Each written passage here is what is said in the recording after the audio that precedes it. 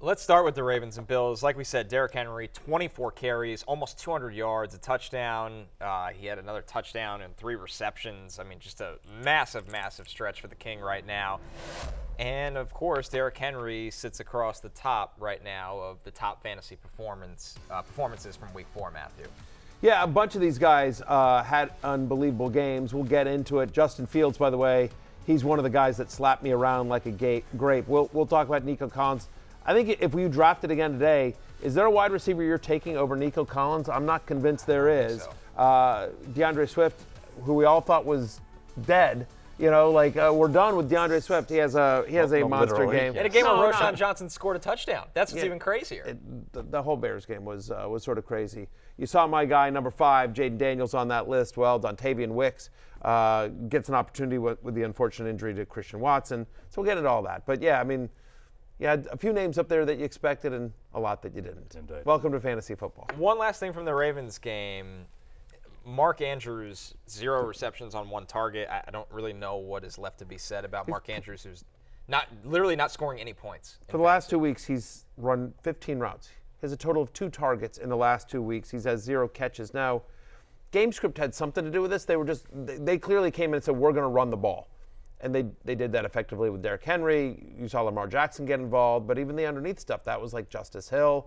Like, whatever. Zay Flowers had a bad game as well. But the problem is just we have yet to see anything from Mark Andrews. Like, at least with Travis Kelce, up till this past week, we were like, well, at least he's out there, right? At least Travis Kelce's out there. He's running routes and, this long track record of success. But Mark Andrews got injured, last year. He was banged up in the preseason as well. He got 1 target, which he dropped in this one. He ran only 9 routes. Like,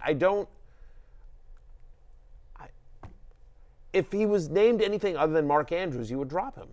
You would just be like, if it wasn't for the fact this guy's been one of the best tight ends in fantasy for multiple years, you would just drop him. There's no production. Like, there's no production. There's no usage. There's no hope of usage.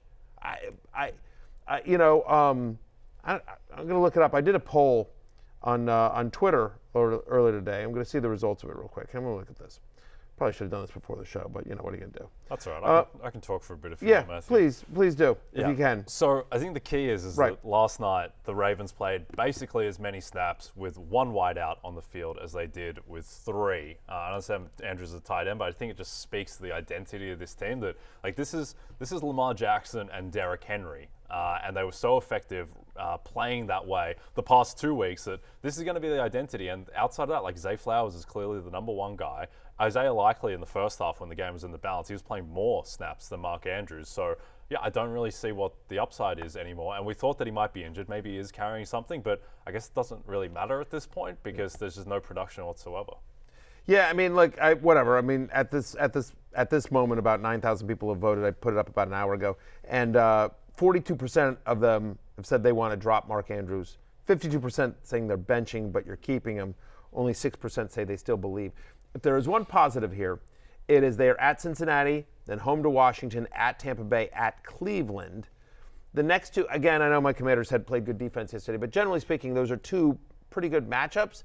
The problem is you can't start them, right? So it's we'll get into this on the waiver wire show, whether you want to drop him or not. But, like, you're not starting him. So you see if he does anything against Cincinnati, and then maybe you start him against Washington in Week 6. But it's, that's where we're at. It's brutal. It's brutal, and I think there's a chance, and I couldn't put a percentage on it, but there is a chance we have seen the last of Mark Andrews' elite fantasy tight end. It's just sometimes, it's unfortunate. We like him, friend of the show, but it happens to everybody. Except Derrick Henry. Except Derrick Henry. This will be happening He's the only guy that defies time. Yes. Exactly. Hey, it's Matthew Berry from NBCSports.com and RotoWorld.com, and I want to thank you so much for watching whatever it is you just watched, or if nothing else, being too lazy to click out of the autoplay after this video started, after whatever it is you actually wanted to watch finished. But now that you're here, I'd like to take a moment here to ask you respectfully now, okay? I'm asking you respectfully to subscribe to the NFL on NBC YouTube channel. You'll get the latest RotoWorld fantasy news headlines, all sorts of great shows, including my own Fantasy Football Happy Hour. So go subscribe now. Again, I'm asking respectfully.